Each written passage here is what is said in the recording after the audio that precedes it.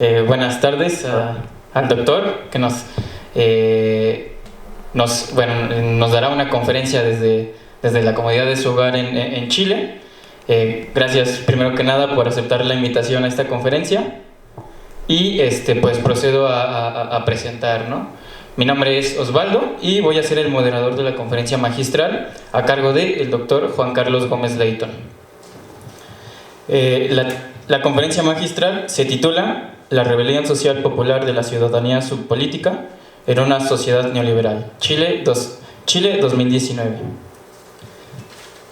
El doctor Juan Carlos Gómez Leighton es politólogo, sociólogo, historiador y doctor en Ciencias Sociales de la Facultad Latinoamericana de Ciencias Sociales, Flaxo. Fue coordinador del Comité de Seguimiento del Conflicto Social en Chile para el Observatorio Social Latinoamericano, OSAL-CLACSO, y actualmente es docente de la Facultad de Ciencias Sociales de la Universidad de Playa Ancha, en Chile, la UPLA. Tiene un postdoctorado en estudios latinoamericanos por la UNAM. Él es el doctor Juan Carlos Gómez Leighton y procedo a darle la palabra al doctor para que dé inicio a su conferencia. Adelante, doctor. Bueno, buenas tardes a todas y a todos. Es un placer poder estar con ustedes a través de la virtualidad y de la comunicación en internet. A pesar de las distancias podemos estar viendo y escuchándonos. Así que un gusto poder estar en esta conferencia relativa a los explosivos momentos que vive América Latina y al mismo tiempo, ¿cierto?, referirme al caso chileno. Yo sé que ustedes tuvieron recién una mesa que estuvo dedicada al caso chileno y al análisis del estallido social que se inició el 18 de octubre del 2019. Y yo quiero dar una conferencia explicativa de cómo se llega a este momento y que esta es una coyuntura que se abrió el 18 de octubre del año pasado y que está todavía en desarrollo y por lo tanto no tenemos ninguna claridad con respecto a cómo va a concluir y qué va a pasar en la sociedad chilena en relación a lo que se ha planteado o las distintas dimensiones que puede tener el conflicto social y político que se ha abierto hoy en Chile.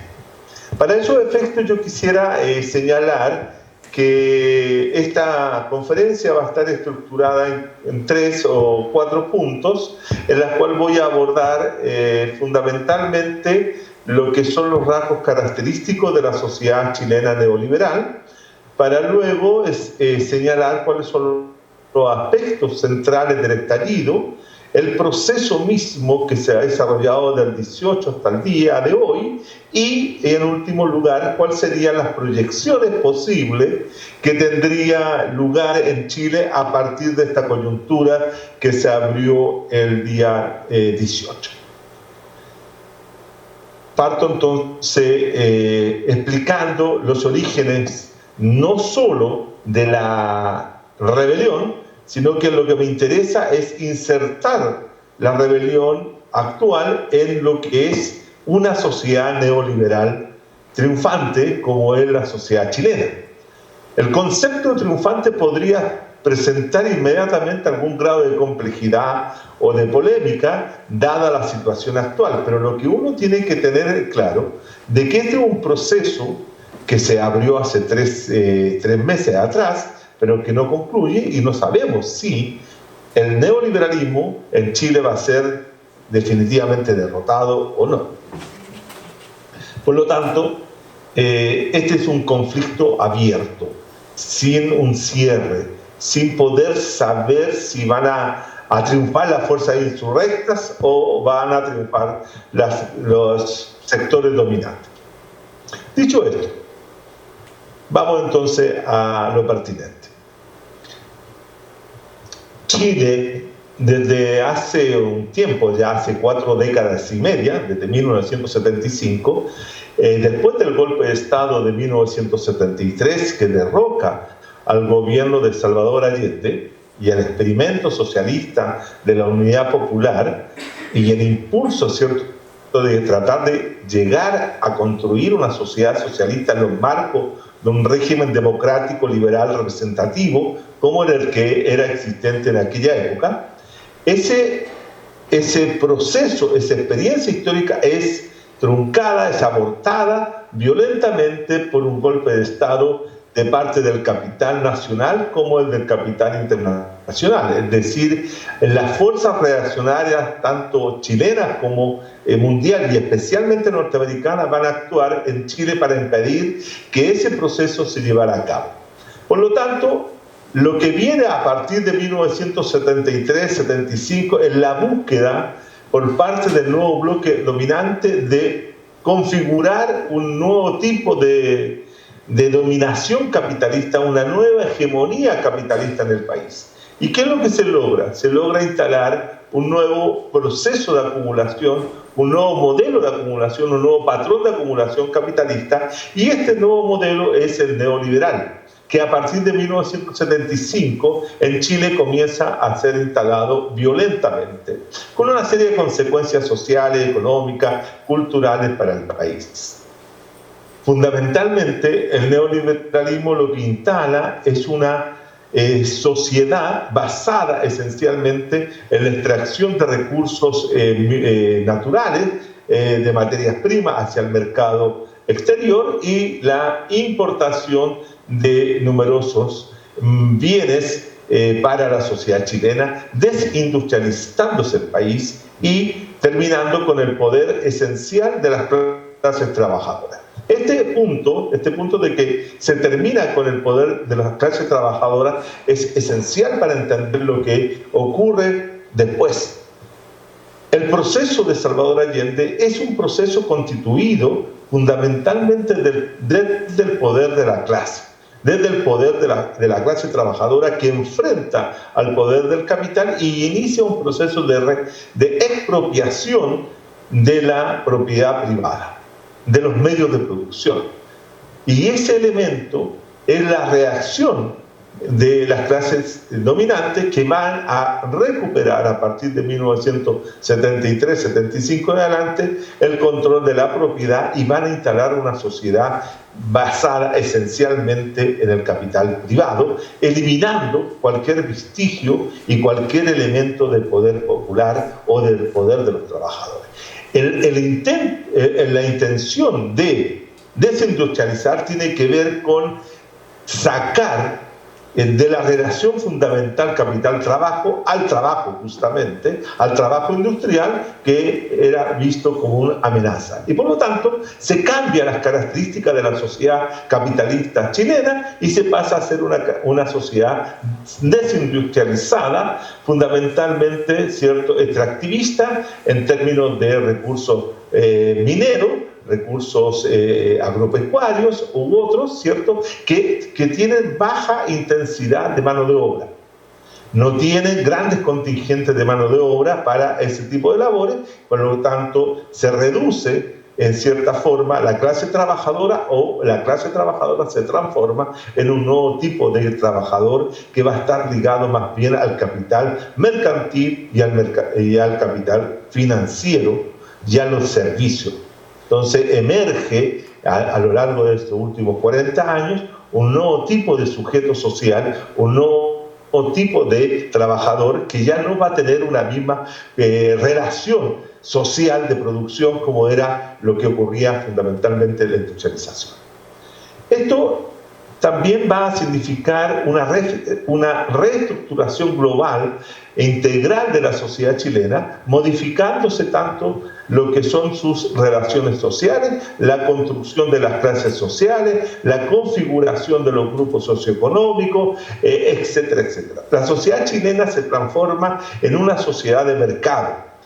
La sociedad chilena es un conjunto diverso de mercados en la cual, ¿cierto?, los sujetos van transitando a lo largo de su biografía y van pasando de un mercado a otro. Es una sociedad eminentemente mercantil, donde se puede resumir en una sola frase diciendo que en Chile todo se vende y todo se compra. Por lo tanto, es una sociedad dominada, colonizada, articulada en torno al mercado. El mercado es lo esencial de la sociedad chilena. Todos los servicios que anteriormente eran derechos pasan a ser bienes de consumo. La educación, el agua, todo lo que ustedes quieran imaginarse, todo se mercantiliza en la sociedad chilena. La salud, etc. Y por lo tanto eso va generando una sociedad en que hay una serie de rasgos que la van a caracterizar, y estas características van a ir moldeando lo que será la sociedad chilena y emergiendo un conjunto de nuevos sujetos sociales. Nuevos sujetos sociales que van a tener distintos comportamientos, y esos comportamientos van también a condicionar, van a caracterizar la forma como la sociedad chilena se vaya a comportar a lo largo del tiempo. Chile atraviesa, ¿cierto?, durante 17 años por una dictadura militar muy sangrienta, una dictadura militar de genocidia, una dictadura militar que viola constantemente los derechos humanos y es condenada mundialmente. Eso es conocido, sabido. Pero al mismo tiempo hay que señalar que esta dictadura es capaz de construir y elaborar una institucionalidad política, diseñar un tipo de régimen político democrático nuevo, y lo instala, lo establece en una constitución política, que es la Constitución Política de 1980. Y esta Constitución Política de 1980 es la que va a regular la historia institucional y política chilena entre 1980 y 1988, que es el momento del plebiscito sucesorio. Es decir, la pregunta era: ¿continúa Pinochet gobernando o se llama a elecciones libres o elecciones presidenciales?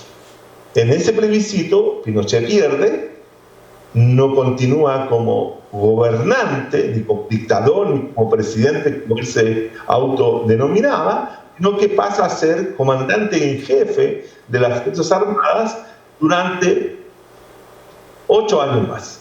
Es decir, continúa durante 8 años más como tal a partir del periodo de 1990 hasta 1997, que él continúa hasta 98 aproximadamente, que él continúa como jefe de Estado, como jefe de las Fuerzas Armadas. La Constitución Política del 80 diseña un régimen político que se conoce como la democracia autoritaria o la democracia protegida.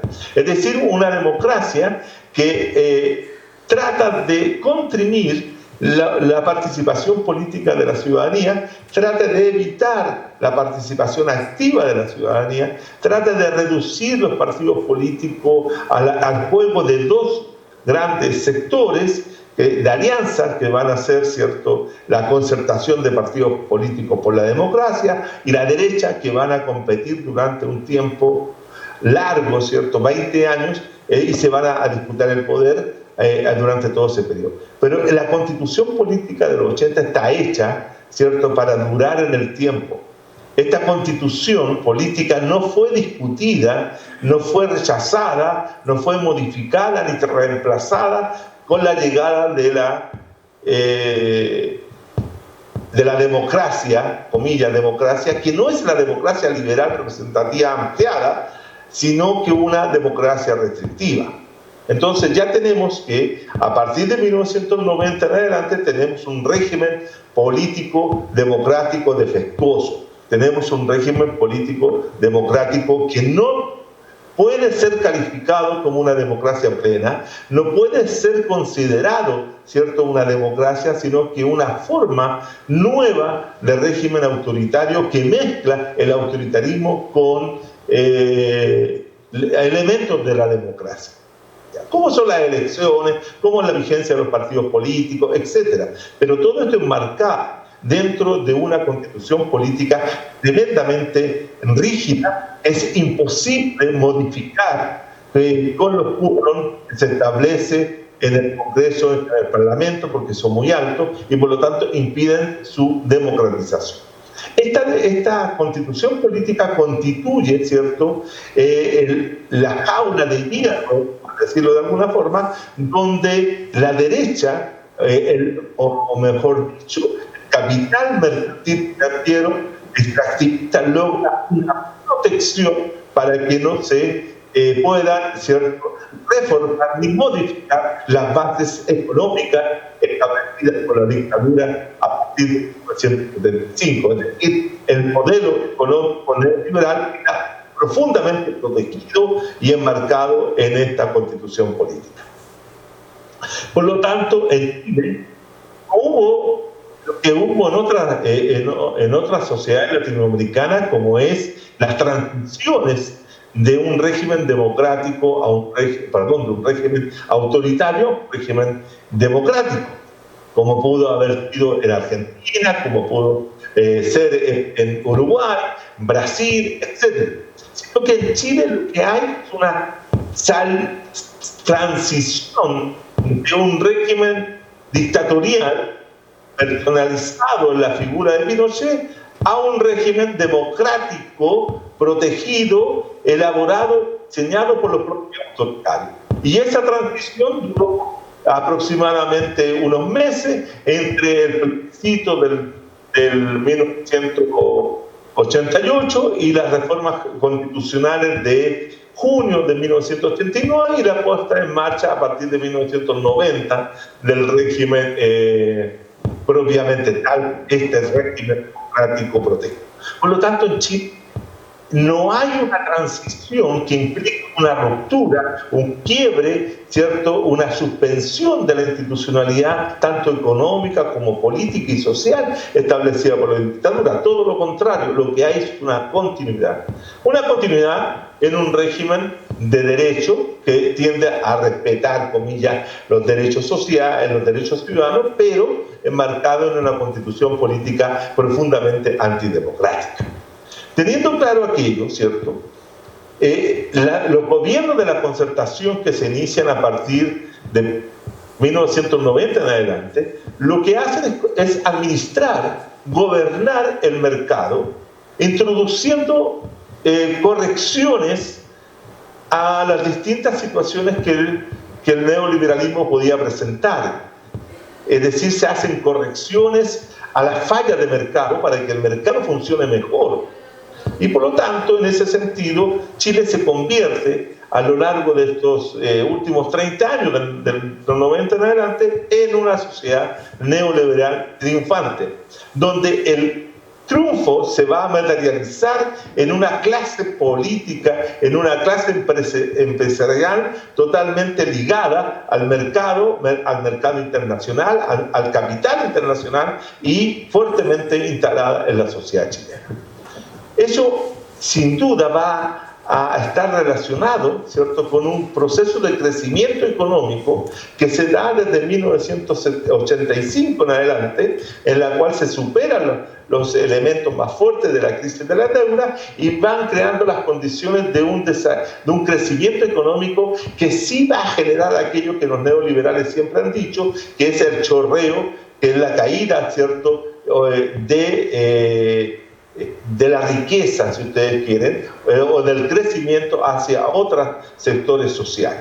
Por lo tanto, en Chile, a partir de 1985 en adelante, se vive una economía pujante, una economía expansiva, una economía que va a constituir una nueva clase media, que es la clase media aspiracionista, que es una clase media neoliberal, que en la emergencia de sujetos neoliberales propiamente tal, y que esto va a ir ocultando, si ustedes quieren, lo que es, ¿cierto?, las consecuencias más nefastas del neoliberalismo, que se concentran en determinados grupos sociales que van quedando ocultos, porque las políticas sociales y públicas que va a desarrollar los gobiernos de la concertación van a ir hacia puntos focales o sectores vulnerables que los van a solucionar situaciones de pobreza, y Chile va a reducir su pobreza significativamente en los 20 años de gobierno concertacionista, pero va a aumentar la desigualdad social,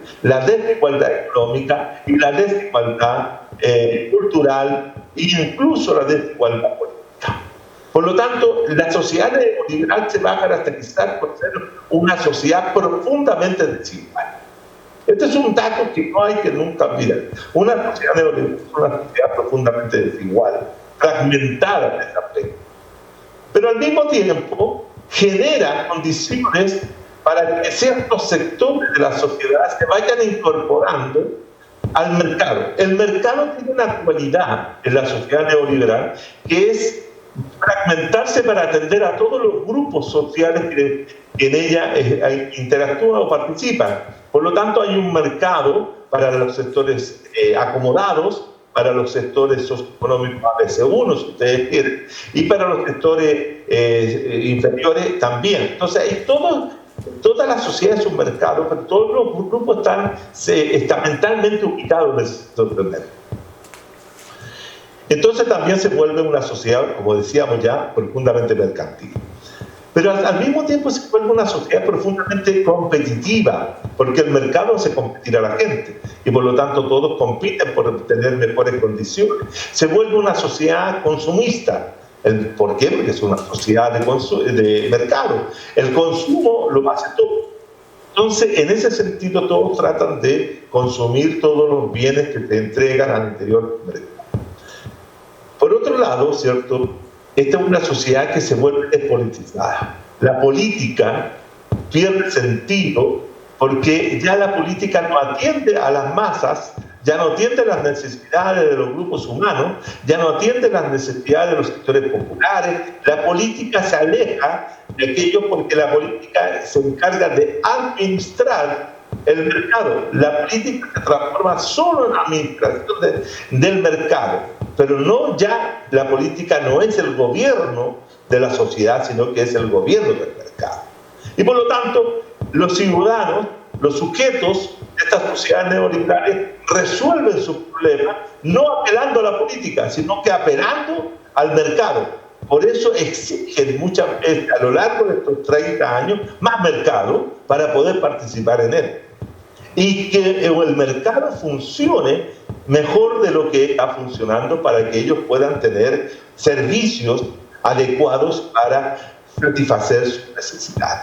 Entonces, es una sociedad extraña, porque es una sociedad que casi no muestra conflictividades. Es una sociedad que no tiene confrontaciones.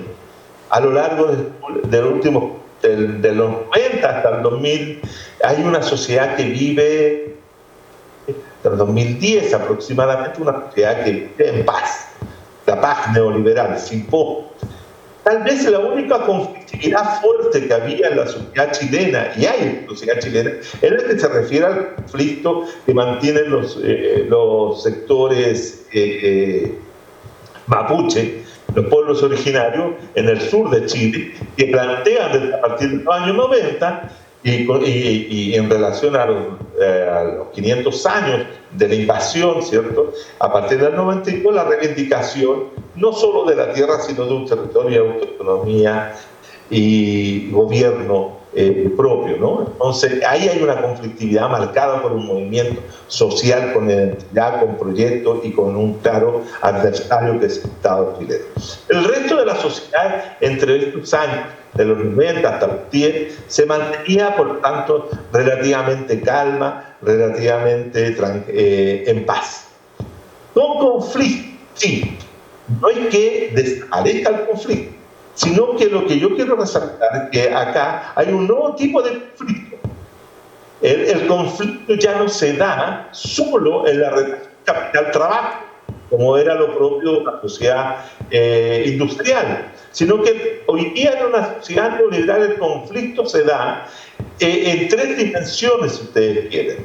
Se da entre sujetos que actúan en el mercado, contra el mercado mismo, desde la sociedad civil contra el mercado, o si ustedes quieren, ciertos conflictos del Estado con la sociedad civil o el Estado con el mercado. Entonces es un conflicto a tres patas.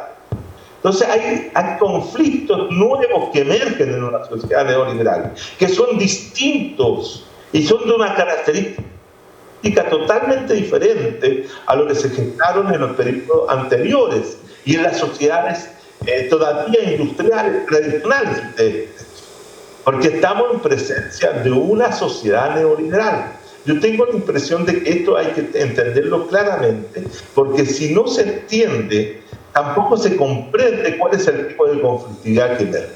Entonces hay conflictos de mercado, conflictos que confrontan a ciudadanos que exigen, fíjense ustedes, exigen derechos de consumidores, exigen derechos de clientes, exigen derechos de personas que participan en un mercado que requieren ciertas protecciones o determinadas legislaciones que controlen, ¿cierto?, o la relación, o que regulen la relación entre el mercado y la ciudadanía, y entre el mercado y la sociedad civil. Por eso se comienzan a aparecer, así como en las sociedades industriales emergen los sindicatos como fuerza para defender los derechos de los trabajadores, en las sociedades neoliberales comienzan a surgir numerosas sociedades o asociaciones de consumidores. Fíjense, una sociedad neoliberal genera asociaciones de consumidores. Entonces los consumidores se organizan para enfrentar el mercado y reclamar al Estado ciertas legislaciones en su protección. Eso es lo que quiero llamar la atención. Son conflictos de mercado, conflictos que tienen que ver con esta nueva forma de ser de la sociedad. Eso es una cosa interesante que hay que tener presente. En segundo, otro aspecto que tiene que ver con estas generalidades que estoy haciendo antes de entrar al aspecto más específico, es una sociedad, la sociedad chilena, la sociedad neoliberal, coincide también con la formación y constitución de la sociedad tecnológica científica que va a emerger a partir de los años 80, 90, no solo Chile, sino que a nivel mundial.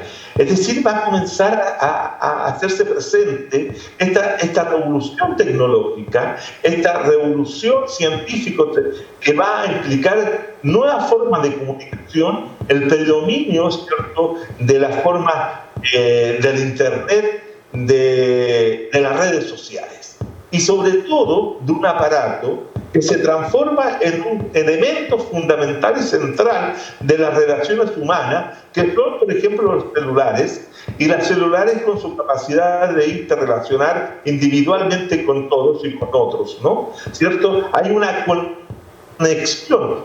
La sociedad neoliberal es una sociedad interconectada. Toda la sociedad está interconectada a través de estos aparatos. Por ejemplo, somos 17 millones de personas en la sociedad chilena y ya hay cerca de 20 millones de celulares. Piensen, 20 millones de celulares. Es decir, cada chileno puede tener un celular y fracción en su vida. O sea, todos tienen celulares, todos. Y eso hace que este aparato se convierta en un elemento central a la hora de establecer las relaciones humanas, las relaciones sociales. Los sujetos se relacionan a través de la pantalla, así como lo estamos haciendo nosotros en este momento.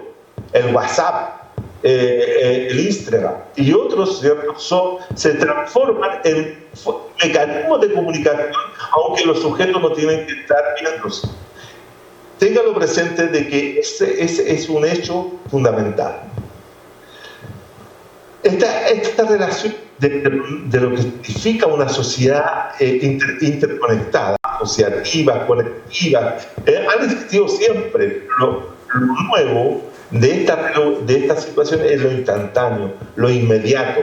Hoy día todos estamos conectados en forma instantánea y sabemos lo que puede estar ocurriendo de manera inmediata.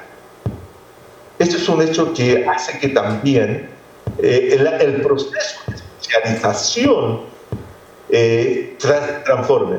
La forma como los sujetos se van a socializar ya no va a ser a través de los mecanismos digamos, tradicionales, como la escuela, la familia. Ahora es la red. Es fundamentalmente la red a través de este mecanismo. ¿Estamos? Entonces, eso coincide.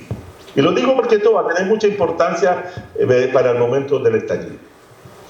Todo esto, todo lo que he dicho, tiene unas repercusiones a nivel de lo político. Lo político se transforma también.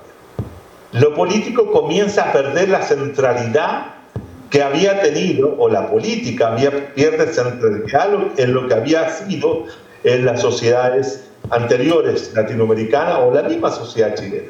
Hay una nueva forma de hacer política, pero una nueva forma de hacer política que no se está haciendo dentro de la institucionalidad vigente, sino que se está haciendo en los márgenes de esa institucionalidad.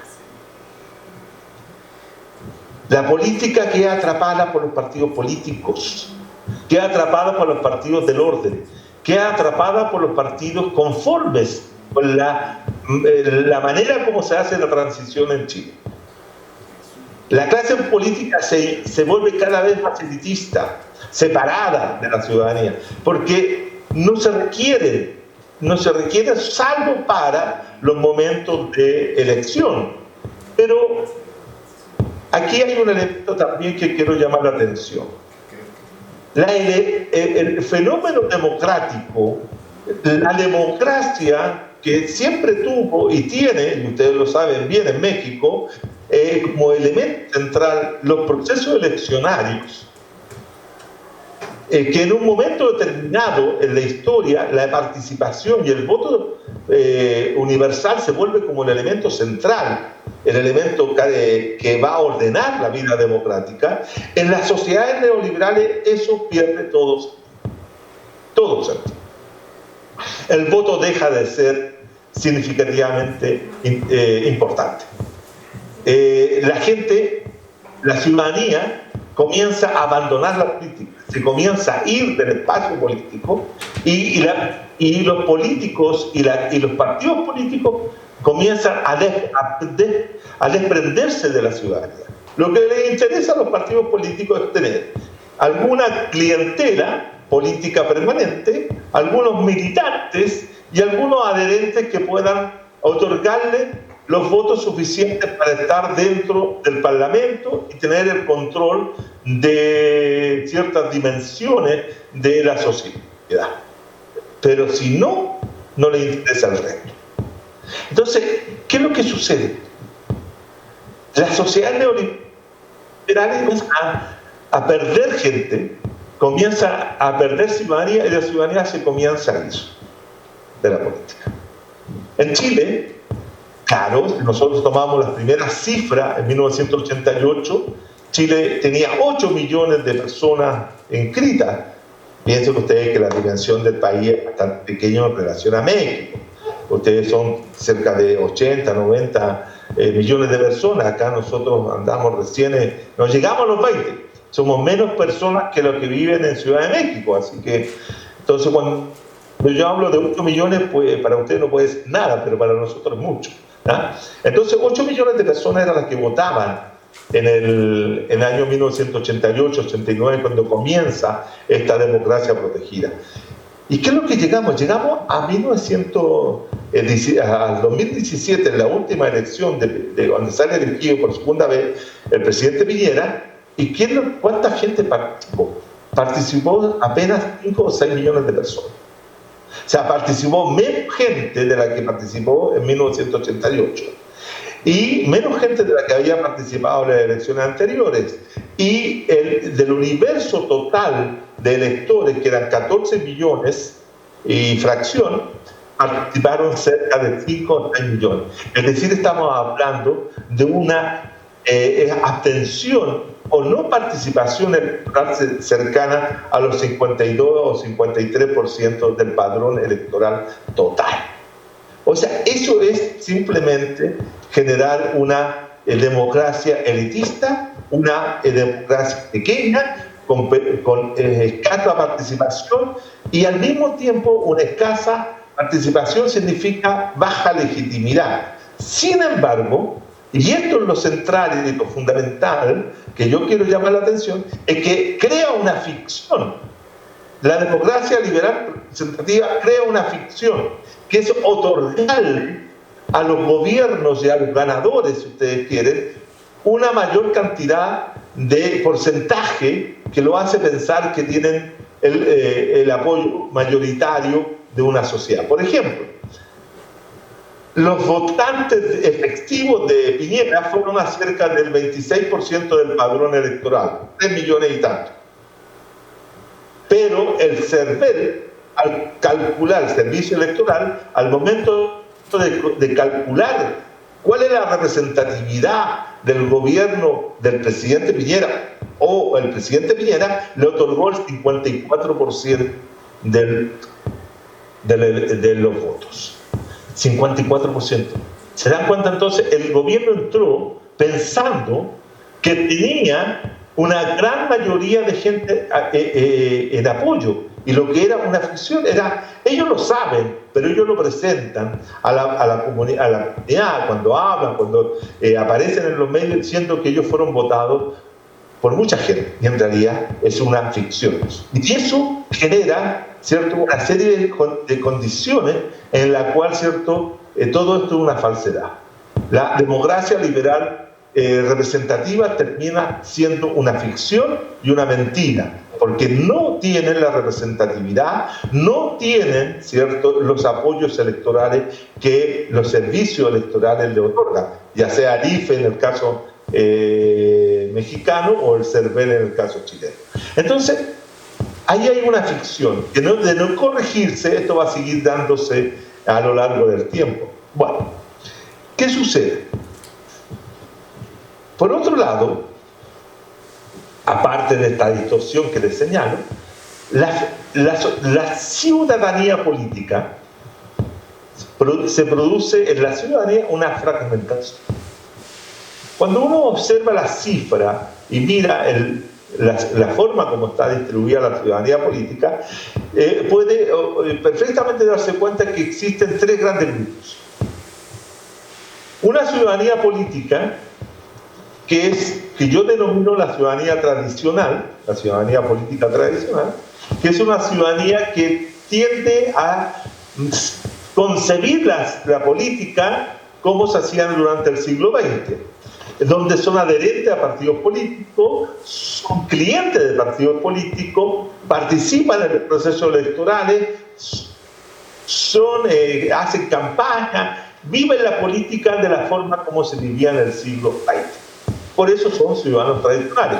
Y estos ciudadanos tradicionales se distribuyen, ¿cierto?, socialmente, tanto en los sectores de la burguesía, de la mediana y pequeña burguesía, de las clases medias, de las clases media alta, baja, como en los sectores populares. Y votan, ¿cierto?, ya sea por partidos de izquierda, por partidos de centro o de partidos de derecha. Es decir, es una ciudadanía compacta, pero cada vez menos numerosa. A lo largo del tiempo se van reduciendo y se va volviendo una ciudadanía profundamente conservadora porque se van envejeciendo. Hoy día la ciudadanía tradicional estaría situada sobre el horizonte de personas que tienen de 45 años hacia arriba. Incluso diría yo de 50 hacia arriba. O sea, una ciudadanía que ya está pisando la tercera edad. Luego viene, por la propia forma de ser de la sociedad neoliberal y como también los impactos de la revolución tecnológica y comunicacional, ¿cierto?, se conforma una gran ciudadanía que es no política, que es una ciudadanía que renuncia a la política, que detesta la política, o una ciudadanía que no le gusta la política porque la política es conflicto, porque la política interviene de manera disruptiva en su propia vida, que altera su biografía. La política es mala, comillas, mala, así la definen. La política es mala. Y por lo tanto que les gustaría que existiera una sociedad sin política. Y esos son los ciudadanos no políticos. Y esos ciudadanos no políticos no participan de la política en una sociedad neoliberal fundamentalmente por el siguiente hecho. Porque como en las sociedades neoliberales, los competidores, en este caso los grupos de centro-izquierda, como era o centro-derecha, como era la concertación y los partidos de derecha, ofrecen programas políticos muy similares, donde las diferencias son mínimas o son relativamente valóricas, más que de profundidad de programas, de cambio, de reformas estructurales, etcétera, ya no, sino que son programas de administración de lo existente, con énfasis menores o mayores en algunos aspectos, pero no significa un cambio radical. En ese sentido, cuando el sujeto neoliberal observa que si gana A va a tener los mismos beneficios que si gana B, y que si gana A puede tener menos. Bueno, como estaba describiendo yo la existencia de 3 grupos de ciudadanos políticos que se constituyen en la sociedad neoliberal. Esta constitución de estos ciudadanos neoliberales obedece a una fragmentación que se experimenta producto de la no socialización política que se desarrolla al interior de estas sociedades, y fundamentalmente por el hecho de que estas no toman la política en cuenta. Yo decía que había los ciudadanos tradicionales, que eran todos los que participaban directamente con los partidos que están vinculados al sistema de partidos actuales, y que había un gran número de ciudadanos no políticos, y estos ciudadanos no políticos eran fundamentalmente aquellos que rechazaban la política por diversas razones. Pero lo que me interesa resaltar, porque aquí es donde está la clave de esta rebelión que estalla el 18 de octubre, es que a lo largo del tiempo se fue configurando un sector de ciudadanos que yo denomino, siguiendo al sociólogo alemán Ulrich Beck, los ciudadanos subpolíticos. ¿Quiénes son los ciudadanos subpolíticos? Los ciudadanos subpolíticos son todos aquellos que, de una u otra manera, ¿cierto?, rechazan el sistema político imperante, rechazan, ¿cierto?, la forma de realización de la democracia, rechazan, ¿cierto?, el neoliberalismo, asumen muchos de los elementos propios de la sociedad tecnológica, de la sociedad científica, asumen y incorporan en su quehacer, por ejemplo, todo lo que son las redes sociales, se vinculan a través de ello, pero hacen una política y hacen formas políticas en los márgenes del sistema. No se integran en el sistema, no son parte del sistema, no participan políticamente en el sistema, por ende, si ustedes quieren reflejarlo en una actividad, no votan, no participan en procesos electorales y rechazan esa política y buscan constituir una nueva política. Y se vinculan a grupos, ya sea anarco, de nueva forma de entender el anarquismo en el siglo XXI. Son algunos de ellos vinculados a las causas medioambientales, son defensores de la naturaleza en toda su extensión, son muchos de ellos animalistas, veganos, etcétera.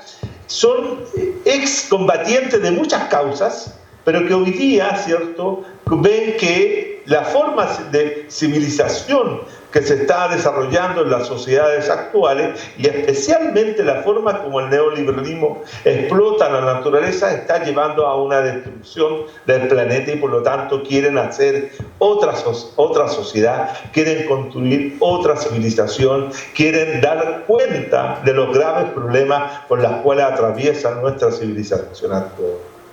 Entonces, estos ciudadanos subpolíticos son personas que pueden ser como nosotros, son como ustedes, pueden ser académicos, pueden ser profesionales, pueden ser obreros, pueden ser trabajadores de retail, pueden ser trabajadores de X cosas, pobladores, pueden ser campesinos, pueden ser mineros, es decir, están distribuidos transversalmente en la sociedad.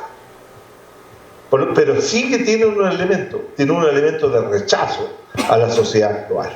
Tiene una situación de de separarse, pero no de desvincularse, separarse, pero no de desvincularse de la sociedad actual. Y están dispuestos a luchar abiertamente a través de múltiples acciones en contra de la sociedad presente. Por lo tanto, estos sujetos sociales, que en un momento determinado la sociedad chilena no eran más, por decirlo así en términos numéricos estadísticos, no eran más de 500, 600.000 personas, pero fueron creciendo con el tiempo, fueron aumentando a lo largo de que se iba desarrollando esta sociedad neoliberal. En la medida que una sociedad neoliberal se iba haciendo cada vez más poderosa, cada vez más consolidada, estos sujetos se fueron apartando, se fueron separando de ella y se fueron a trabajar en los márgenes de la sociedad, impulsando colectivos, impulsando procesos de autoformación, escuelas populares, desarrollando conciencia e identidad política de una manera totalmente diferente de las formas como se hacía la socialización política en los espacios de la década de los 60, etcétera, etcétera. Aquí hay un nuevo sujeto informado, un nuevo sujeto culturalmente bien preparado, un sujeto que tiene clara las cosas. Y este sujeto, ¿cierto?, se va demostrando permanentemente un descontento con esta sociedad, un enojo con esta sociedad. Fíjense, un enojo y un rechazo a esta sociedad. Pero como les digo, durante mucho tiempo fueron una minoría, pero que fueron creciendo. En Chile este crecimiento se puede verificar esencialmente cuando uno observa el comportamiento político electoral, que es la forma más fácil de poder, o si ustedes quieren, estadísticamente medir la presencia. Y como les decía, ¿cierto?, de pequeños grupos, del 10, 15, 20% de la población que no votaba, se pasó sobre el 60% de la población que no vota. Y en las elecciones presidenciales últimas, ¿cierto?, sobre el 50%. En las elecciones locales, sobre el 60%, locales me refiero a municipales, ¿cierto?, y a las parlamentarias y presidenciales sobre el 50%. Son alrededor de 9 millones de personas. 9 millones de personas. Es lo que yo llamo el partido de los no electores. Ahora, dentro de este partido de los no electores están también los sectores no políticos. Por lo tanto, los subpolíticos vendrían siendo aproximadamente, según mi estudio, mis cálculos, vienen siendo como el 40 o 50% de ese 100%. Estamos hablando de 4,5 millones de personas. Y esos son los que hoy día están en rebeldía. Esos son los sectores que han abierto, como se dice en Chile en este momento, las grandes alamedas para que transiten los hombres libres, de acuerdo a las últimas frases del compañero presidente Salvador Allende. Esto es interesante. ¿Por qué? Porque en este grupo de subpolíticos se reúne gente joven, muy joven, como los estudiantes secundarios, con gente de tercera edad que vivieron la Unidad Popular, que vivieron la dictadura, pero que nunca aceptaron y nunca legitimaron lo que es el régimen democrático, ¿cierto?, protegido, neoliberal existente durante los gobiernos de la Concertación, de la nueva mayoría o del Chile Vamos. Por lo tanto, en ese sentido, este sujeto social que emerge es un sujeto que reúne, ¿cierto?, a varias generaciones. No es una sola generación la que ha explotado. No son solo los jóvenes, como se ha presentado muchas veces, planteando como una suerte de brecha generacional que existe y que hay. Pero este grupo de ciudadanos políticos es mucho más heterogéneo, ¿cierto?, y mucho más abierto en términos generacionales. Entonces reúne a los viejos combatientes de los 60, a los viejos combatientes de los 70, de los 80 y también de los 90 y estos nuevos jóvenes que surgen. Entonces, esos son los sujetos de la rebelión de hoy día. Por eso yo interpreto la rebelión social y popular que estalló el 18 de octubre como la rebelión de los subpolíticos. Eran estos grupos que siempre se encapucharon, siguiendo tal vez siguiendo la imagen, siguiendo el discurso o siguiendo la idea fundamental de los zapatistas, del Ejército de Liberación Nacional, ¿cierto? Zapatista, del Ejército Zapatista de Liberación Nacional, del subcomandante Marcos y de los comandantes, ¿cierto?, de encapucharse para ser vistos. Estos se encapuchaban, pero siempre iban, para que ustedes lo tengan gráficamente, en la cola, en la parte final de las marchas.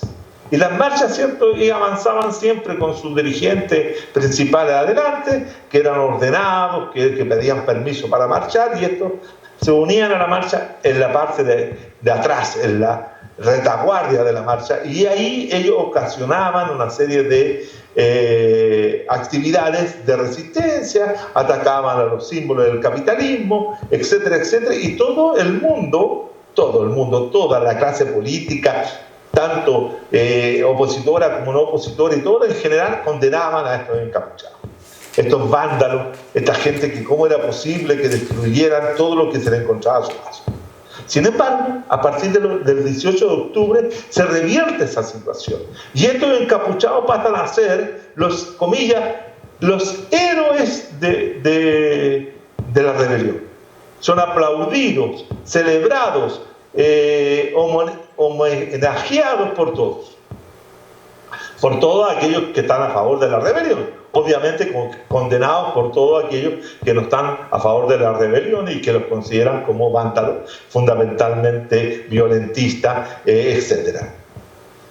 Esa es una figura que cambia. Hoy día se conoce como la primera línea, lo que se conoce como aquellos sectores que confrontan a las fuerzas represivas, a los carabineros de Chile, a los que se enfrentan a ellos, son estos sujetos. Pero estos sujetos siguen siendo una suerte de minoría dentro de la rebelión. Fueron los chiquillos, cuando me refiero a los chiquillos estoy hablando de los estudiantes secundarios que tienen entre 14 y 18 años, de ahí para abajo, los que actuaron, los que salieron a la calle a protestar en contra del alza del metro. Con la consigna evade, es una forma de protestar, ¿cierto? Los que saltaron los torniquetes, los que hicieron todas las evasiones que conllevó, ¿cierto?, a que la reacción del gobierno fuera violenta a través del establecimiento del estado de sitio y del estado de emergencia, y sacaron a los militares a la calle, etc. Pero esos fueron los que habían sido también actores fundamentales de un ciclo de protesta que se abrió en 2006 en adelante en Chile, con lo que es la Revolución Pingüina, que también es de la Revolución de los Estudiantes Secundarios, que reclamaban por la mala calidad de la educación y que ellos demandaban mejor calidad de la educación, y esa demanda por mejor calidad de educación, que es un reclamo eminentemente mercantil, es un reclamo eminentemente de clientes de la educación reclamando por un mejor servicio, se pasa a cuestionar ya sea los elementos centrales del capitalismo, que es el lucro y la ganancia, y el mercado de la educación y la venta de educación, y se comienza a exigir la gratuidad, etc. Ahí también es interesante porque al principio son estos estudiantes que reclaman aquello, pero pronto solamente son desplazados por estos grupos mucho más radicales, que son estos grupos subpolíticos, que no van a estar y no van a tener ningún interés de participar políticamente en la institucionalidad política cuando cumplan los 18 años. Entonces, la rebelión de hoy día es la rebelión de los sectores subpolíticos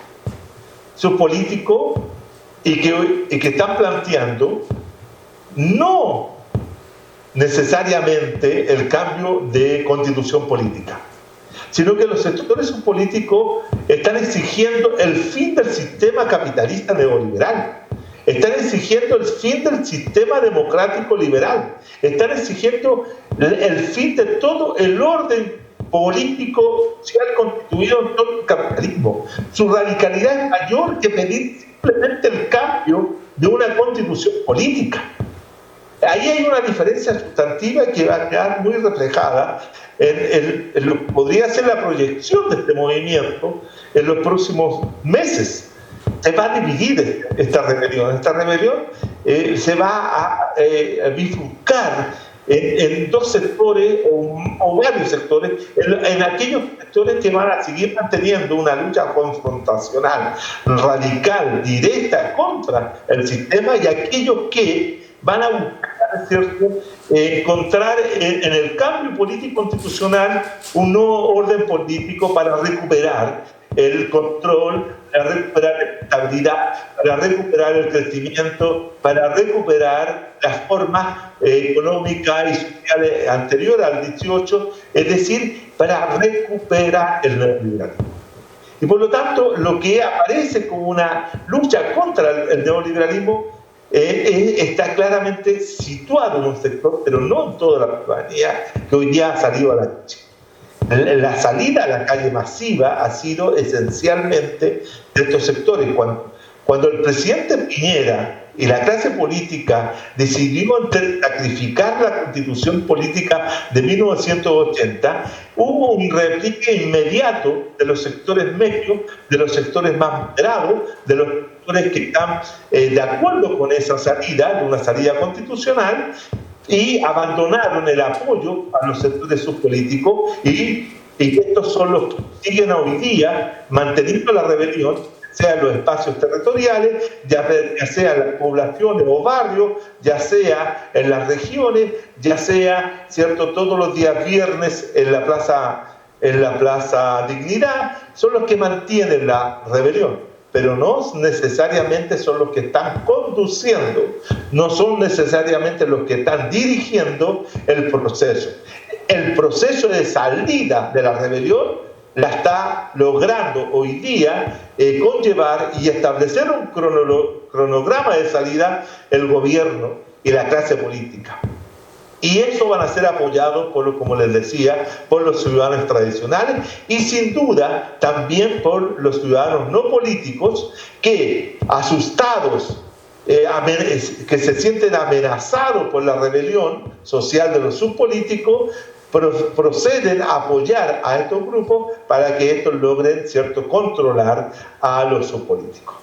Entonces, el cuadro situacional de hoy día es que la rebelión de los subpolíticos está siendo contenida no solo por el gobierno, sino también por los sectores de la ciudadanía tradicional, que está ligada a los partidos políticos de la concertación, de la nueva mayoría o del Chile Más.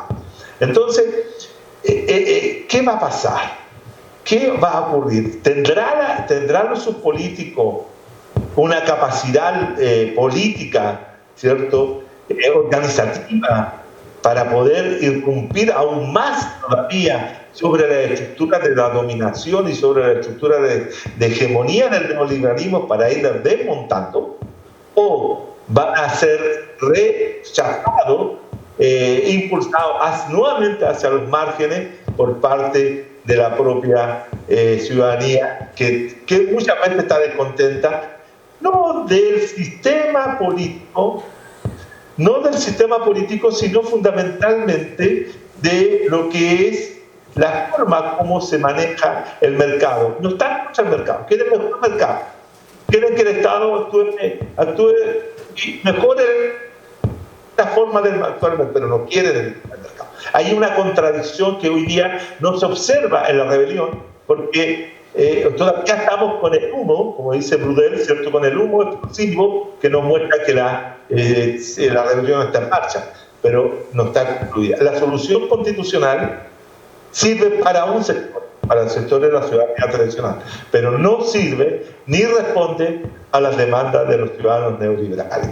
Esta es una sociedad neoliberal en conflicto, es una sociedad neoliberal que está en la incertidumbre, pero lo que quiero llamar la atención, y con esto termino, que el neoliberalismo en Chile no está vencido ni está muerto. Y creo que esta frase que tienen los muchachos, que el neoliberalismo nació en Chile y muere en Chile, todavía falta mucho. Está en la UCI, está en la UTI, pero no está aún muerto. Habrá que matar, y no se mata fácilmente al neoliberalismo. Listo, gracias. Ok, pues muchas gracias, doctor. Muchas gracias. Pasamos como a una breve ronda de participaciones del público. Ok. Ok, ¿hay alguna pregunta, comentario? ¿Cómo podemos estudiar la situación o la realidad latinoamericana desde una perspectiva multidimensional? O sea, y cómo nosotros en lo personal podemos enfrentar al neoliberalismo, eso es una en lo personal, y como, bueno, desde qué posturas tenemos o qué posturas podemos generar, ¿no? Y otra es la de la atomización. Creo que la que particularmente me llama mucho la atención es esta que usted lo llama como fragmentación, o yo lo identifique como con la fragmentación de las personas, porque nos volvemos cada vez menos sociales. Mi pregunta es la siguiente: ¿cómo explicamos que un presidente con tan baja aprobación, mencionaba que fue casi el 24 o 25% que votaron por Piñera, tiene una aprobación política muy baja y movilizaciones masivas muy fuertes, sobre todo desde octubre hasta ahora, no han logrado que renuncie, y además siendo una de las principales demandas del movimiento? Pero yo sí quisiera como igual hacer una última pregunta. Precisamente, bueno, al menos a mí no me queda como muy claro la explicación, o cómo podemos explicar, ¿no? Partiendo precisamente de que la sociedad chilena es una sociedad altamente neoliberal, altamente mercantilizada, ¿no? ¿Cómo es que precisamente al ser una sociedad altamente mercantilizada, una sociedad de consumo, etcétera, cómo es que precisamente logran articularse de manera muy organizada todas estas protestas y movilizaciones en Chile, y que incluso, pues como usted lo mencionaba, tienen un trasfondo político y económico muy, muy amplio, ¿no? Entonces a mí me queda como pues un poco esa duda, ¿no? Y pues le damos la palabra. Ok, mira, con respecto a la primera interrogante, habría que señalar que la sociedad de consumo, si bien es cierto, no es una sociedad que surge con el neoliberalismo, sino que la sociedad de consumo se origina con el capitalismo fordista y con el keynesianismo, fundamentalmente cuando Keynes, ¿cierto?, logra entender que si no los trabajadores no consumen los bienes que producen, el capitalismo entraría permanentemente en crisis permanentes o recurrentes, o crisis de sobreproducción. Eso lo que permite, ¿cierto?, la recuperación y la constitución del capitalismo en los años 30, el capitalismo fordista, bueno, etc. Ahora, pero lo importante y lo interesante de la sociedad neoliberal chilena, como algunas otras sociedades neoliberales latinoamericanas, que yo hago la distinción entre sociedades neoliberales que no son industriales y aquellas que son industriales.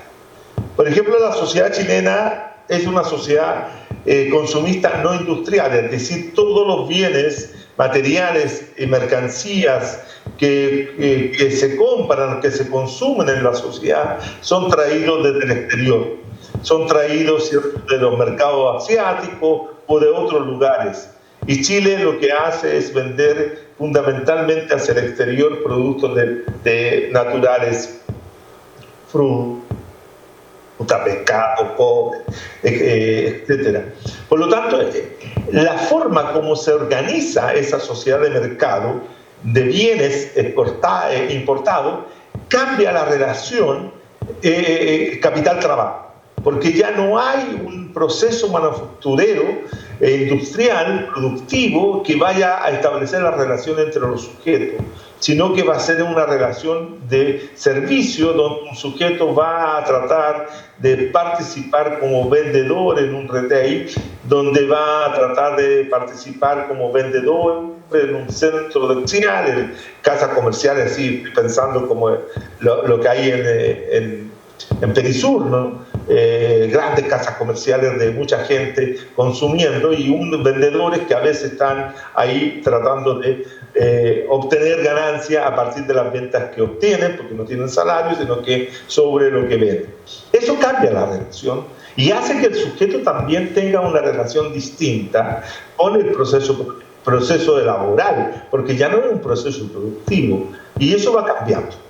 Entonces son ese tipo de sociedades que indudablemente también García Canclini en su libro logra desarrollar ideas importantes, lo que posteriormente se va a configurar como el ciudadano consumidor, o como llama acá en Chile Tomás Julián, el ciudadano credicar, el sujeto que vive, ¿cierto?, a través de, o obtiene su identidad ciudadana a partir de una tarjeta de crédito, a partir de una tarjeta que le permite participar en el mercado. Piensen ustedes que en el caso chileno se dicen que hay 25 o 30 millones de tarjetas de crédito que permite consumir, de débito o de crédito, que permite consumir a la gente. Y por lo tanto ya hay un tipo de sujeto nuevo que emerge. Y este tiene un sujeto que tiene una relación distinta con la política, con la economía, pero con los mercados. Es decir, fíjense ustedes que una de las grandes manifestaciones que fue de secundaria, los estudiantes, posteriormente de universitaria, en 2011, la mayoría de ellos reclamaba porque el endeudamiento que le había provocado estudiar en la universidad a través de créditos le impedía o le obstaculizaba la incorporación a otros mercados como el mercado de la vivienda, el mercado del automóvil, el mercado patrimonial propiamente tal. Entonces, ese sujeto que busca participar en el mercado a través de su esfuerzo personal, individual, ¿cierto? También se muestra descontento frente a la forma como el mercado se pronuncia o el mercado rige la vida de ellos, y puede estar dispuesto a reclamar, y han estado dispuestos a reclamar y han salido a reclamar durante estos 3 meses.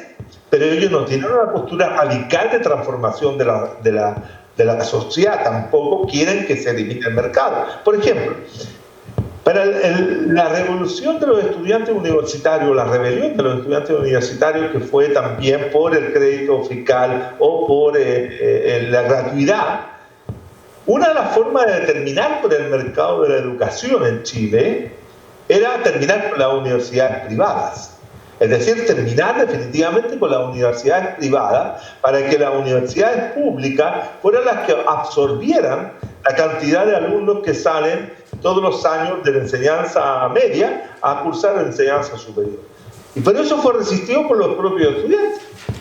¿Por qué razón? Porque la universidad pública es una universidad a la cual se entra a través de ciertos mecanismos que excluyen a otros, y esto es lo que explica la rebelión de los estudiantes. La prueba de selección universitaria no necesariamente es una prueba que permite el ingreso al sistema universitario en general, sino que es simplemente la forma como las universidades estatales seleccionan a sus estudiantes. Y eso les crea los mercados, o les crea la gente para que vaya a estudiar a las universidades privadas. Entonces, este es el tema.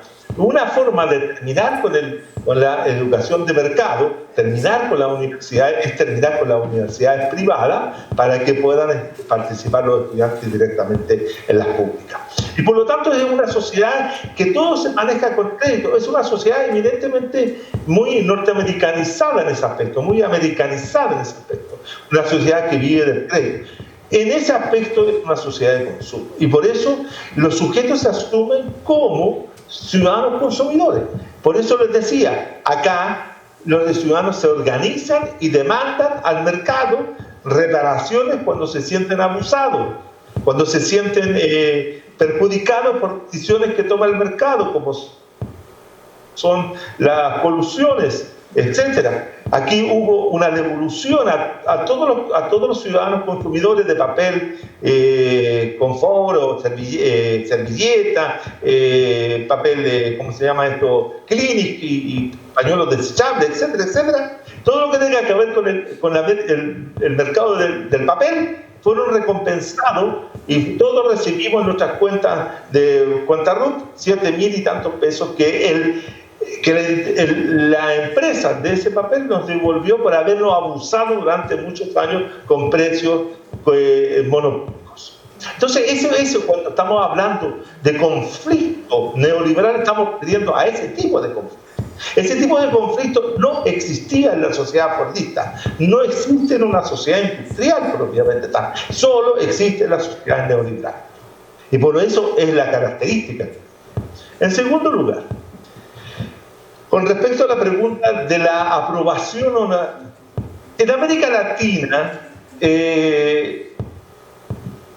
las democracias liberales son democracias totalmente agotadas, totalmente superadas, totalmente que ya hicieron época, que ya no pueden seguir existiendo si no hay una reforma completa y total a la construcción de un régimen político nuevo que dé cuenta de mejor manera de esta nueva forma de participar de los individuos. Los individuos participan, como bien decía un joven recién, a través de su individualidad. Entonces ellos pueden opinar acerca de la política a través de un WhatsApp, a través de un mensaje, a través de un meme, a través de estos vínculos que se establecen en colectivos amplios, que no se ven, que no se miran, no son relaciones sujeto a sujeto, sino que son relaciones virtuales, pero que sí constituyen una forma de hacer política. Porque la conexión que establece, ¿cierto?, para ir a reunirse a la Plaza Italia, como lo hicieron también en España, como se hicieron también en las rebeliones árabes, donde todos se conectaban a través de la red para ir a protestar en determinado lugar, eso es hacer política, pero no es hacer política institucional de la forma como se hacía antes. Por lo tanto, ahí no es. ¿Cómo responde la democracia tradicional a esa forma de hacer política? Es el desafío. Y en Chile lo tenemos presente. Entonces, hay formas nuevas que hay que responder.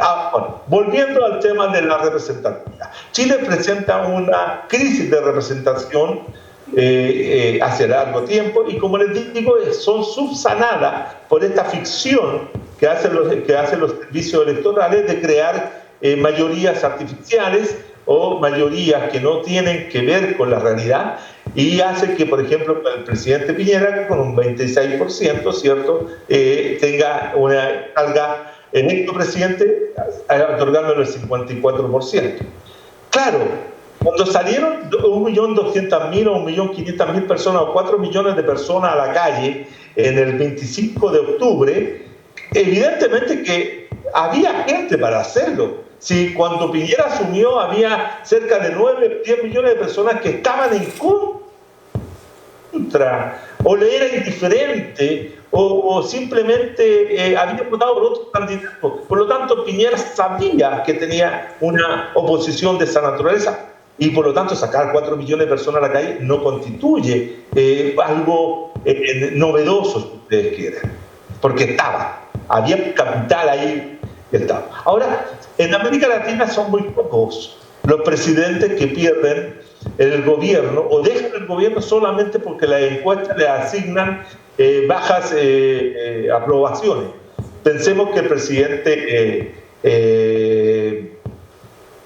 peruano, ¿cierto? Se me escapa en este momento el nombre, pero también tuvo durante su gestión el presidente Toledo tuvo bajísimas aprobaciones y mantuvo su gobierno hasta el final, porque no establece el sistema presidencial latinoamericano la posibilidad de que el presidente que pierde el apoyo pueda salir, porque no existe en las democracias liberales latinoamericanas, a diferencia de la democracia participativa venezolana, la revocatoria del mandato. Si existiera revocatoria del mandato, les aseguro que Piñera ya habría dejado de ser presidente de Chile. Pero la única forma que los presidentes se vayan de un régimen político presidencial como son los latinoamericanos es que sean votados por la fuerza social a través de la movilización, como fueron el caso de los 3 presidentes ecuatorianos, como fueron los 3 presidentes bolivianos antes de que llegara Evo, antes de que llegara Rafael Correa, o en el caso argentino cuando se votó al presidente de la Rúa, o en el caso brasileño cuando se votó al presidente Collor de Mello. Pero el sistema presidencial no permite la caída del presidente. No permite, ¿cierto?, una salida institucional saliendo el presidente, salvo que éste renuncie, pero son muy pocos los que renuncian o los que huyen. De la Rúa, Lucio Gutiérrez, Bucarán, ¿cierto?, uno fue destituido por el Congreso, etcétera, pero por la presión de todos los demás. Entonces, es factible que Piñera termine su gobierno en el 2021, termine el gobierno. Por lo tanto, en ese sentido no hay otra solución que esperar que termine o que la presión social, la radicalidad de la insurrección o de la rebelión lo termine votando. La única posibilidad, pero no hay otra. Con respecto a la última pregunta, indudablemente que el panorama siempre es complejo. La situación de emergencia y constitución de nuevas formas societales en nuestra América va marcando la diferencia. Hay que cruzar los elementos, hay que complejizar el análisis. Ya no podemos hablar de sociedades estructuradas de la manera, como les decía, como las conocimos durante el siglo XX. La revolución tecnológica, la revolución, ¿cierto?, comunicacional, el individualismo, pero que no es un individualismo estrictamente cerrado, sino que es un individualismo que tiene que ver con el manejo de este aparataje o de estos aparatos que son los teléfonos que permiten la comunicación. Porque nadie se puede decir que se siente solo en una sociedad neoliberal. En una sociedad neoliberal están todos acompañados, pero están todos todos conectados. Aquí mismo yo puedo estar transmitiendo esta misma conferencia para el lado de ustedes, como otros yo la tengo grabada y después la hago circular y la van a ver múltiples personas. Hoy la podría estar transmitiendo en vivo, ¿cierto?, por el Instagram. Entonces, la sociedad neoliberal es una sociedad que tiene elementos que le son propios. Y hay que descubrir, como les decía, el conflicto propio de la sociedad neoliberal. No podemos seguir pensando que los conflictos de la sociedad son como los antiguos. Aquí hay nuevos conflictos. Eso es lo que es. La rebelión de los clientes es una realidad. Cuando los clientes se enojan contra el mercado, pero quieren que el mercado mejore, no que se elimine. Entonces, eso es un tipo de conflictividad. Chile presentaba conflictos. Sí, yo les acabo de decir que Chile presentaba conflictos, pero presentaba conflictos sin irrupción, sin salida masiva a la calle. Los primeros que salieron a la calle en forma masiva fueron justamente los ciudadanos subpolíticos en formación, que son los chicos secundarios que ya rechazaban el sistema político, el sistema social, el sistema económico, que fue a partir del 2006, 2007, 2008, 2011. Entonces hay una nueva conflictividad. Claro, frente al mundo andino, frente al mundo centroamericano o el propio mundo mexicano, la conflictividad todavía se da en los marcos, por decirlo así, tradicionales. En Chile se daba un tipo de conflicto totalmente diferente. Fíjense ustedes que en un libro que yo escribí en el año 2010 señalaba que quien iba a definir la política futura del país no eran los ciudadanos tradicionales, sino que los que iban a definir la historia política de la sociedad chilena eran los ciudadanos subpolíticos. Estos ciudadanos que se alejaban de la política tradicional, pero formaban una nueva forma de hacer o constituían una nueva forma de hacer política. Por lo tanto, hay que leer la nueva forma de hacer política en la sociedad latinoamericana y chilena. Yo tengo la impresión de que con eso respondo a la inquietud de las tres preguntas. Pues ya no hay más participaciones del público, al parecer. Entonces, pues yo procedo a darle las gracias y entregarle su constancia de participación como conferencista magistral, la cual durante la semana se la haremos llegar por escáner, imagen, pero pues cualquier cosa, de todos modos, de manera oficial, pues le entregó su constancia al doctor Juan Carlos Gómez Leighton por la conferencia La rebelión social popular de la ciudadanía subpolítica en una sociedad neoliberal, Chile 2019. Bueno, le agradezco, gracias, muy amable.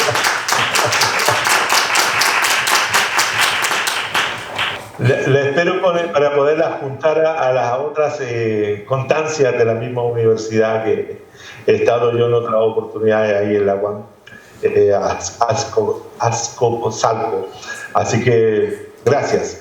Le agradezco su paciencia, le agradezco la invitación y espero poderlos ver pronto en vivo y en directo allá en México. Igualmente, gracias. Pues es un gusto y buena tarde. Muchas gracias por sus palabras y hasta la próxima. Esperemos poderlo... Hasta la próxima. Hasta la próxima. Ok, hasta luego. Hasta luego.